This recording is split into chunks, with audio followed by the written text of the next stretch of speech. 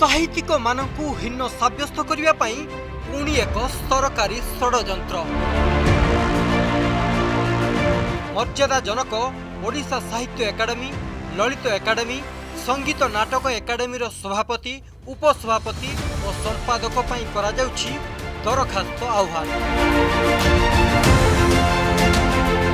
यह सहित उर्दू एकाडेमीर संपादक पदवी पाई मध्य नवेम्बर 11 तारिख अपराह्न 5टा सुधा एक निर्दिष्ट फर्म रे आवेदन करिवा पई सरकारी विज्ञप्ति प्रकाश पाइछि। एहाकु नै साहित्यिक महल रे तीव्र प्रतिक्रिया प्रकाश पाइछि। ओडिया भाषा, साहित्य, कला और संगीतर शिखर रे थिबा व्यक्ति माने परीक्षा देबे बोली लोके ताच्छल्य करिसेंती।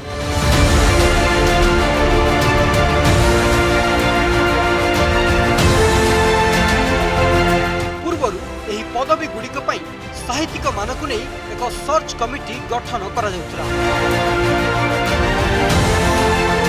किंतु 2 वर्ष परे गत सेप्टेम्बर 2 तारिख रे बसिथिबा ऐतिह्य कैबिनेट निष्पत्ति अनुसार हठात सबु किछि बदली गला। एणिकी साहित्यिक अनुभूति बाबू थय करिवे एही सब एकाडेमीर पदाधिकारी किए हेबे। आ बाबद अतीत सर्च कमिटी गठित होता। उपसभापति पद पर सर्च कमिटी गठित होता, से तालिका देते। संपादक पद पर सर्च कमिटी गठित होता, से तालिका देते। सभापति पद पर सर्च कमिटी गठित होता, किंतु से फाइल गुड़िक दीर्घ वर्ष धरी तृतीय महल पड़ रहा। जो तृतीय महल को प्रशासन माने मस्तिष्क बा मुख्य केन्द्र कहुच्छी से पड़ रहा।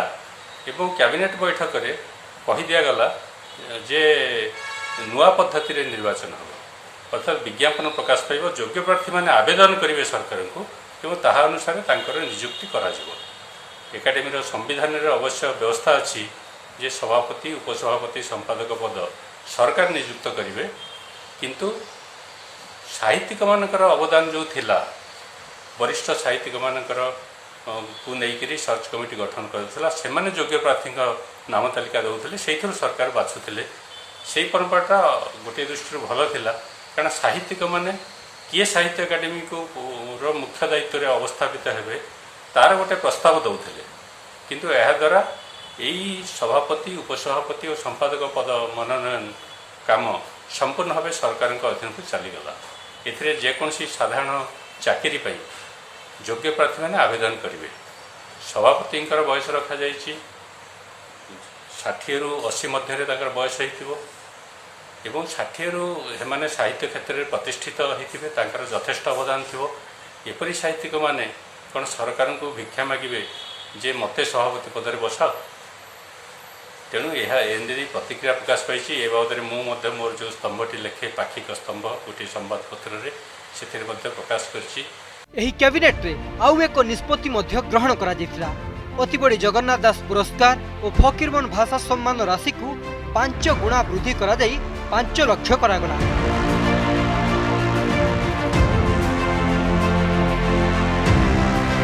या सहित ओडिशा साहित्य एकाडेमी पुरस्कार राशि को 50,000 रु 2 लाख और सारस्वत संवर्धना राशि को 1 लाख को वृद्धि करा जायछि।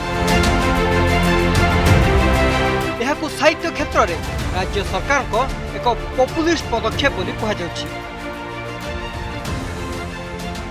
अथच साहित्यिक मानक हिनस्ता करिवा पई एकाडेमी गुड़िकर सभापति और उपसभापति मानदेय को वृद्धि कर देउ नाही। 2011 मसीह शेष थर पई साहित्य एकाडेमी सभापति मानदेय 20,000 और उपसभापति 15,000 टंका को वृद्धि करागला।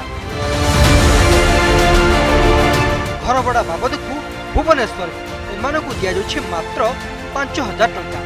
साहित्य एकाडेमी संविधान अनुसार सर्वोच्च साहित्य अनुष्ठान सभापति भाव में सभापति प्रथम अधिकारी होइथिबा बेले उपसभापति हेउछथि द्वितीय अधिकारी।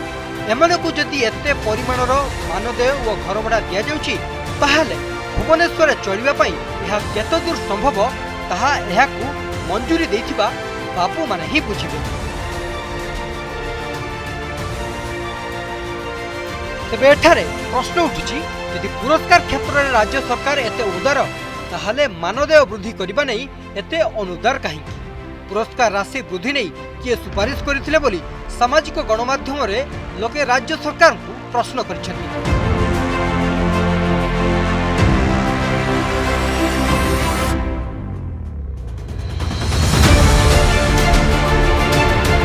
कारण एने ओडिशा साहित्य एकाडेमी जनरल काउंसिल बा एग्जीक्यूटिव बोर्ड कौन निष्पत्ति निया गत वर्ष साहित्य एकाडेमी कार्यकारी परिषद बैठक में सभापति मानदेय 35,000 और उपसभापति 30,000 टंका वृद्धि करने राज्य सरकार को प्रस्ताव दि जाता। घरभड़ा 5 ରୁ 7,500 करने अनुरोध कर गोटे पटे राज्य सरकार पदाधिकारी माने एकाडेमी प्रस्ताव को अणदेखा करी केवल सम्मान राशि को वृद्धि करुवा बेले पदाधिकारी मानक अणदेखा करिसेंति। एने अनेक बुद्धिजीवी राज्य सरकार को कटाक्ष करिसेंति। साहित्य एकाडेमी सभापति उपसभापति हूँ अन्य जो एकाडेमी अच्छी तार सभापति उपसभापति पदवी सब गोटे सम्मानजनक पदवी हो रही आसी गोटे चाकरी भाया व्यवहार करवा विभिन्न समय एप्लिकेशन अनुरोध करवा एवं तारी विचार नियुक्ति देवार जो प्रक्रिया यहाँ अत्यंत लज्जाजनक एवं अपमानजनक। साहित्य एकाडेमी सभापति भाव में आम सब देखी आसु सची राउतराय पंडित नीलकंठ दास किशोरी चरण दास सुरेंद्र महांती भाया स्टलवर्ट सेठी थिले जदि से एप्लिकेशन देवाक पड़ता मुझे भावुची जे कौन स्वाभिमानी लेखक सेठी जाइकरी केबे माने सरकार को आवेदन पत्र देकरी सभापति हो न था सेमती उपसभापति भाव में आम देखीचु विनोद नायक भाया स्टलवर्ट सेठी थिले। तेणु ये जो प्रक्रिया किए या विचार किए या आनी सेटा भगवान को जना किंतु ए प्रकार विचार अत्यंत लज्जाजनक और अपमानजनक या सरकार तुरंत प्रत्याहार करवा दरकार। जे आपण चाहिए संगीत नाटक एकाडेमी हो साहित्य एकाडेमी हो कि ललित कला एकाडेमी हो ए देशर सबुठू भल लेखक शिल्पी माने सरकार को आवेदन करेंगे और से आवेदन को आप विचार करेंगे से किए योग्य लोक सभापति हम आपंकर गोटे मनोनयन प्रक्रिया अच्छी आपंकर गोटे प्रक्रिया अच्छी जो थे आपंकर गोटे सर्च कमिटी थाए से सर्च कमिटी आपको 3टी ना दिए से ना आधार में आप सब मनोनीत कर सभापति और उपसभापति।